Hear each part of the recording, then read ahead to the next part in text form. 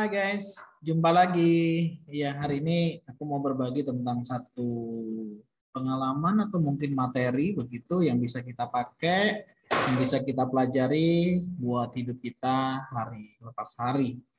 Nah, di dalam kehidupan ada beberapa hal yang seringkali kita tuh nggak sadar. Nah, ternyata hal-hal ini tuh bisa ngancurin kehidupan kita perlahan. Nah, apa aja itu? Yang pertama yang harus kita perhatikan itu adalah ego. Ada banyak hal yang bisa menjadi berantakan karena terlalu mengedepankan ego pribadi semata.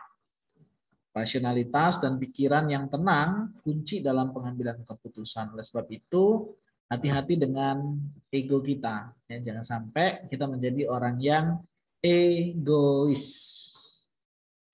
Yang kedua, ya, apa sih yang bisa menghancurkan kehidupan kita ya perlahan, yaitu teman yang enggak berkualitas. Menurut data, kamu adalah rata-rata dari 5 teman kamu. Jadi, selalu kelilingi diri kamu dengan teman-teman yang membawa dampak yang positif.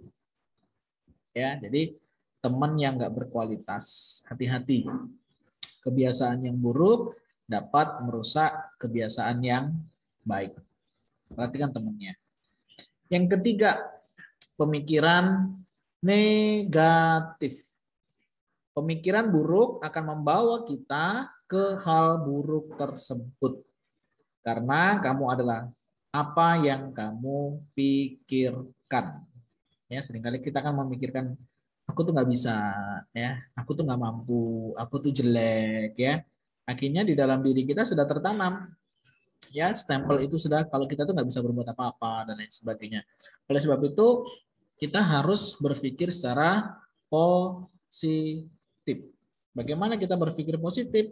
Coba lihat apa yang ada di dalam diri kita, potensi apa yang bisa kita kembangkan, ya, secara spiritual, secara emosi, secara IQ, bagaimana pengetahuan kita. Oleh sebab itu, pikirkanlah yang baik, pikirkanlah yang manis, pikirkanlah yang sedap didengar, pikirkanlah yang layak dipuji, pikirkanlah yang adil, ya, dan lakukanlah semuanya itu. Maka Allah sumber damai sejahtera akan memberkati hidupmu.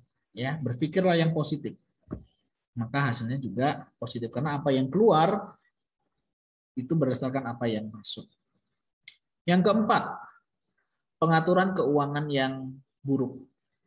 Seberapa besar pemasukan yang kamu dapatkan, tanpa pengaturan dan perencanaan keuangan yang jelas akan habis, nggak tersisa dan nggak guna. Kalau habis, nggak bersisa tapi berguna, nggak ada masalah. Ya, pengaturan keuangan yang buruk berarti kita harus mengatur keuangan kita dengan baik. Oleh sebab itu apa? Biasakan buat budget. Ya, berapa untuk Tuhan, berapa untuk kita, berapa untuk sosial, berapa untuk hal yang wajib memang harus kita siapkan, jangan lupa, ya. Ada yang menjadi bagian Tuhan, ya kita kembalikan kepada Tuhan. Apa yang menjadi bagian kita, itu yang kita nikmati. Itu yang penting. Jadi di dalam pengaturan keuangan jangan lupa, ada bagian Tuhan, ada bagian kita, ada bagian yang untuk kita bisa bagikan, ya. Maka kita akan menjadi orang yang bersukacita. Yang kelima, selalu dengerin apa kata orang. Wah, jadi diri sendiri dan lakuin apa yang kamu mau tanpa memikirkan apa kata orang. Karena pada akhirnya segala akibat dan manfaat kembali ke diri kita. Ya, sering nggak dengerin apa kata orang? Masalahnya apa sih yang enggak dikatain sama orang? Kita baik diomongin, apalagi kalau kita nggak baik.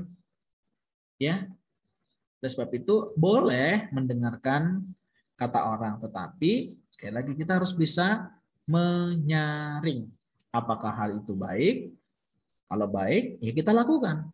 Tapi kalau hal itu nggak baik, ya jangan didengerin.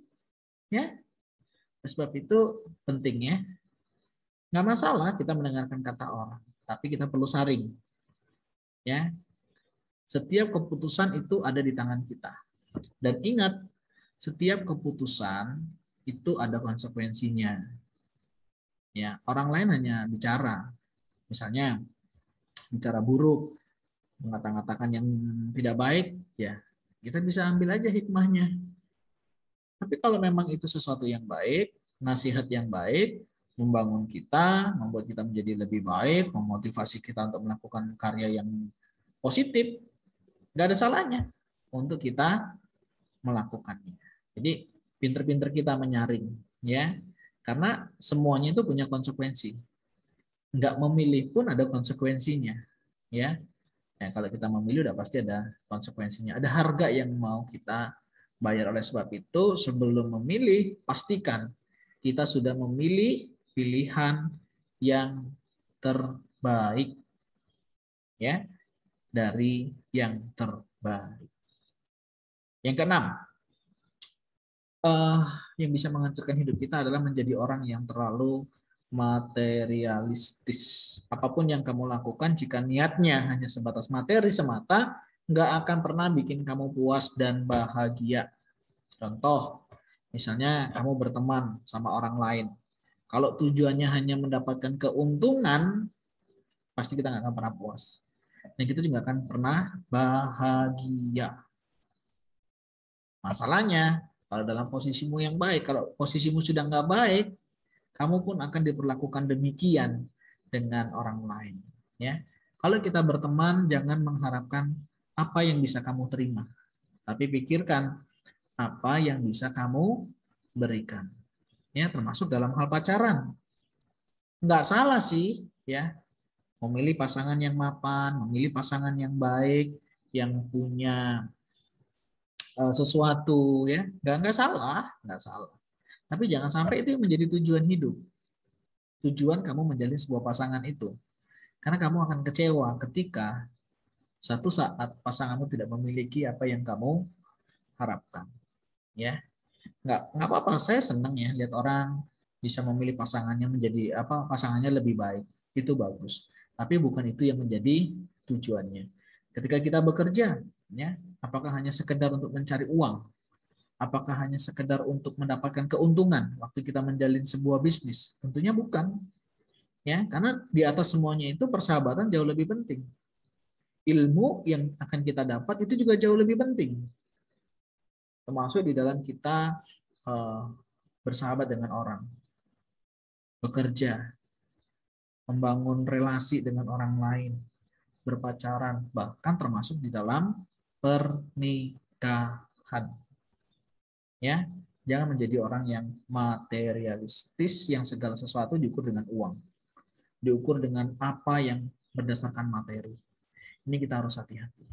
Jadi ingat ya, yang pertama ego. Kita harus belajar menguasai ego kita. Yang kedua, teman yang nggak berkualitas, hati-hati. Berarti kita harus mencari teman yang berkualitas.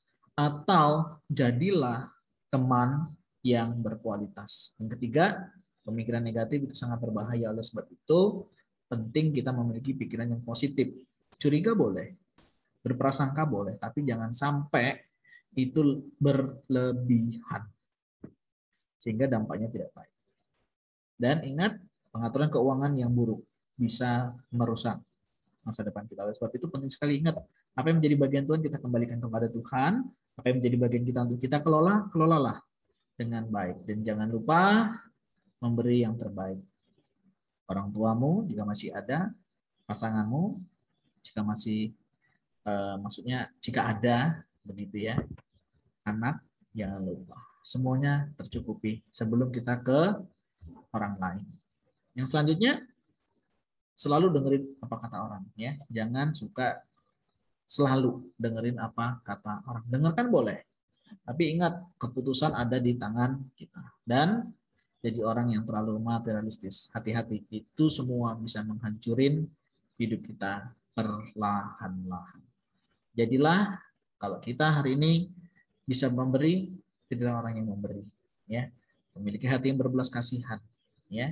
Sehingga hubungan kita, relasi kita bukan hanya sebatas materi semata, tapi hubungan yang mau kita bangun adalah hubungan yang langgeng, yang baik, yang berkualitas. kiranya tips ini dapat menolong kita untuk hidup kita menjadi lebih baik. Ya, ingat Allah merancangkan rancangan damai sejahtera buat kita, bukan rancangan kecelakaan. Jadi, mari nikmati rancangan damai sejahtera dari Allah sehingga hidupmu penuh dengan berkat dan damai sejahtera sehingga kita boleh menjadi berkat buat orang lain. Tuhan Yesus memberkati.